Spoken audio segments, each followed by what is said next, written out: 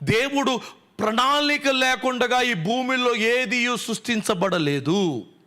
ఈ సృష్టిలో దేవుని ప్రణాళిక లేకుండా ఏది కలగలేదు అని యోహాను సువార్తలో అక్కడ రాస్తాడు. ఆయన లేకుండా ఏది కలగలేదు. ఆయన లేకుండా ఏది కలగలేదు. ఈరోజు నువ్వు పుట్టావంటే దేవుడు ఒక ప్రణాళిక నీ పట్ల ఉంది. మీ అమ్మా నాన్నకి తెలియకపోవచ్చు, మీ బంధుమిత్రులు తెలియకపోవచ్చు, నీ భార్యకి తెలియకపోవచ్చు, నీ బిడ్డలకి తెలియకపోవచ్చు. దేవుని ప్రణాళిక తప్పనిసరిగా నీ జీవితంలో నెరవేర్చబడుతుంది. హల్లెలూయా, హల్లెలూయా. ఆయన తగిన కాలంలో దేవుని ప్రణాళిక పరిపూర్ణంగా మీ జీవితంలో నెరవేర్చబడుతుందండి. చూడండి, ఒక బిడ్డ గర్భంలో తయారైనప్పుడు ఆ బిడ్డ తల్లిదండ్రులు ఇద్దరు కలిశారు. ఆ బిడ్డ గర్భంలో తయారవుతున్నాడు. వెంటనే వచ్చేయండి. దేవుని ప్రణాళిక 9 మాసాలు కనిపెట్టాలి. కొంతమంది అర్జెంటుగా వచ్చేయాలంటారు.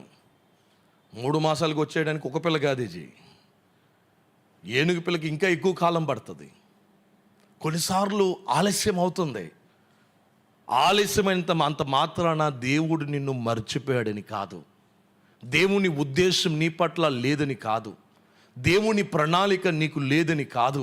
కొన్నిసార్లు మీరు ఏదో చదివారేమో, ఏదో ప్రయత్నం చేస్తున్నారు, ఏదో జాబ్ చేయడానికి చూస్తున్నారేమో, ఏదో బిజినెస్ చేయడానికి చూస్తున్నారేమో, ఏదో ఒక ఆపర్చునిటీస్ కొరకు కనిపెడుతున్నారేమో. కొన్నిసార్లు మీకు అనుకున్నది జరగట్లేదని బాధపడుతున్నావేమో.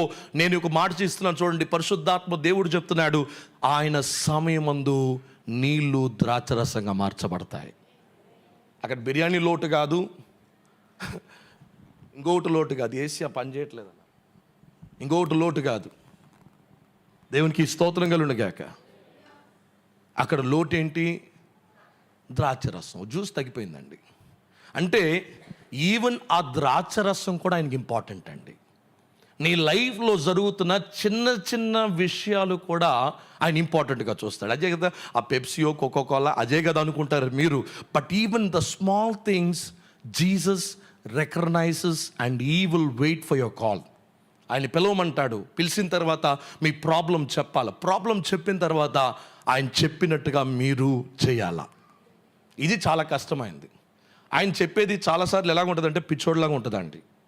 దేవుడు చాలాసార్లు మనకు ఎలాగనిపిస్తాడంటే ఆయనకి అసలు ఏం తెలియదు అనుకుంటాం. ఎందుకంటే నీళ్ళు తీసుకొచ్చి బాణలు నింపమంటాడండి. అసలు ఎవడన్నా చేస్తాడా పని? అసలు నేను బాడూర్ అనే ప్రాంతం, ఫ్రాన్స్ దేశంలో బాడూర్ అనే ప్రాంతం is one of the famous wine in the world అనమాట. ఫేమస్ వైన్ అక్కడే తయారవుతుంది. బాడూర్ వైన్ అంటే చాలా గ్రేట్ అనమాట. అక్కడ బాణలు చూశాను. ఆ బాణలు ఒకసారి వాడిన తర్వాత మళ్ళీ వాడరు. దానికి పెద్ద ప్రొసీజర్ ఉంటుంది. కొంత వైను 50 సంవత్సరాలు, 100 సంవత్సరాలు, 200 సంవత్సరాలు ఫ్రాగ్రెన్స్ అయ్యి ఆ యొక్క ఫర్మెంటేషన్ అవుతా ఉంటుంది అనమాట. అలాగా కూడా ఉంటుంది. దానికి కాస్ట్ ఎలా ఉంటుంది తెలుసా? ఎంత ఖరీదంటే అంత ఖరీదు అనమాట. అంటే మిమ్మల్ని బారుకు తీసుకెళ్ళట్లేదు, కానీ I'm telling about the wine. ఆలోచన చూడండి. యేసు ప్రభు అంటాడు, ఇది కనీసం 21 రోజులని అవ్వాలి కదా. ఆ ఫర్మెంటేషన్ అవ్వడానికి 21 రోజులు కావాలి. ఆ 21 రోజులు కాకుండా నీళ్ళు తీసుకున్నానన్నా ఆ బాణలు అంచుల వరకు నింపమన్నాడు. ఏదో రెసిపీ వేస్తాడేమో చూద్దామంటే నీటితో అంచుల వరకు నింపమన్నాడు. నింపిన తర్వాత ఆ నీటిని ముంచిన వాడికి, ఆ పని చేసిన వాడికి అర్థమవుతుంది దేవుని హస్తము ఎంత గొప్పదని. హల్లెలూయా. తాగేవాడికి మీకేం తెలుసండి? అక్కడ దగ్గరుండి పనిచేసే నాకు తెలుసు, అక్కడ పని చేయిస్తున్నా మీకు తెలుసు. అది ఎలాగూ జరిగిందని చెప్పడానికి దానికి మాటలు సరిపోవు. ఎందుకంటే నీళ్ళు అలా ముంచుతూ ఉంటే, పోస్తూ ఉంటే ఏమైపోతుంది? ద్రాక్షరసంగా మారుతుంది. సమయం ఆలస్యమైంది అనుకుంటున్నావేమో. లైఫ్లో కొన్ని విషయాల్లో నువ్వు వెనకబడావు. అందరూ పెళ్ళిళ్ళు అయిపోతున్నారు, నాకు పెళ్ళిళ్ళు అవ్వట్లేదు. అందరూ ముందుకు వెళ్ళిపోయారు, నేను ముందుకు వెళ్ళలేదు. అందరూ ఇల్లు కట్టేసారు, నేను వెళ్ళలేదు. అందరూ బాగున్నారు, నేను బాగలేదు. అందరూ ఆరోగ్యంగా ఉన్నారు, నేను ఆరోగ్యంగా లేదు. అందరూ సెటిల్ అయిపోయారు, నేను సెటిల్ అవ్వలేదు. అందరూ కూడా ముందుకు వెళ్ళిపోయారు. అందరూ కార్లు కొన్నారు, నేను కారు కొనలేదు. అందరూ కూడా ఉన్నతమైన స్థాయిలో ఉన్నారు, నేను వెళ్ళలేదు. ప్రతి మానవుడికి ఒక కళ ఉంటుందండి. కళలు లేకపోతే చచ్చిపోవడం బెటరు. ప్రార్థన చేసేయండి. ఎలియాలాగా ప్రార్థన చేసే, ప్రభువా నన్ను తీసుకో. ఎలియా కూడా అలాగే ప్రార్థన చేశాడు. ఇంక నేను తట్టుకోలేను, నన్ను ఏం చేయి, తీసేసుకో. You have to understand the purpose behind the life. కాబట్టి దేవుని బిడ్డలారా, దేవుని సమయము కొరకు మనం కనిపెట్టాలి. దేవుడు నిన్ను పిలిచిన ఉద్దేశమని మీరు ఎరగాలి. మీరు ఎందుకొరకు తయారయ్యారు? మీరు ఏదో ఇంజనీర్గా తయారవడం కాదు. You have to become one of the great skilledful engineer. రేపు మీ పేరు మీద ఒక పుస్తకం రావాలి. అలాంటి ఒక ఇంజనీర్గా దేవుడు ఎదురు చూస్తున్నాడేమో. He doesn't want an ordinary engineers. బోల్డ్ అని మంది ఇంజనీర్స్ ఉన్నారు. But God wants you to be a very specific. A person, a textbook might be written about you. Einstein గురించి వీళ్ళందరూ ఎలాగొచ్చారండి?